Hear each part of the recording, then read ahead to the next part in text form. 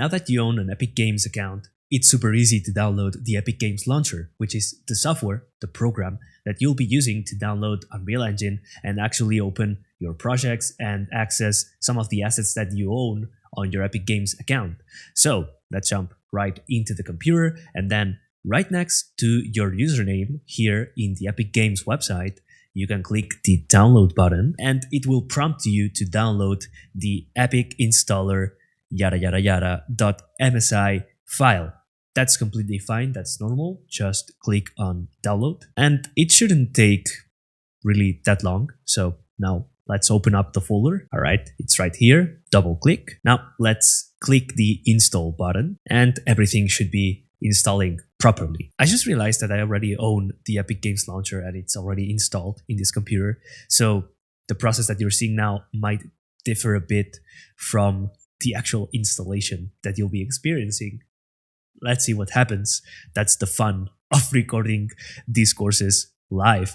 But this is real time. It might take somewhere from 5 to 10 minutes to actually set up all that stuff that's needed for your computer to run Epic Games Launcher. But yeah, let's just wait for a bit. Let me drink some coffee.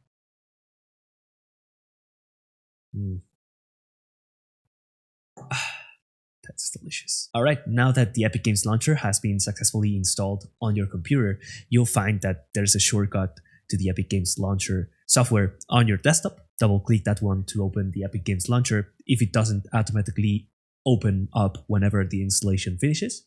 And in the screen here, you'll be able to sign into your account. So let's just do that. Bam, sign in. A verification code is sent to your email. So check that one out. Here's the code.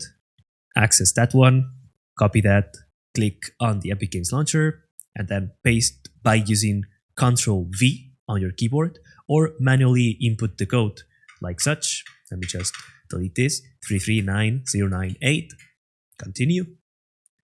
And right now, it's asking you to add a two-factor authentication code. You don't actually need to add any of those two-step authentication methods, but it's really helpful just in case you might lose access to your account, or maybe a hacker tries to, guess your password.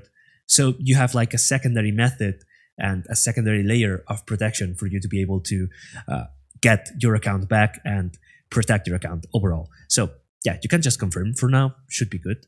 And now the Epic Games Launcher has officially launched. On the left bottom corner of the screen, you'll find your account. You can sign out by clicking here, manage your account, redeem a code, or disable the single sign-on. You don't need to click on that. So yeah, that's basically how you can download the Epic Games Launcher and how to actually sign in to the Epic Games Launcher and have everything ready for you to be able to download Unreal and whatnot. So we're going to do that in the next lesson. Hope you really like this one. And if you have any questions, please let me know. All right, see you.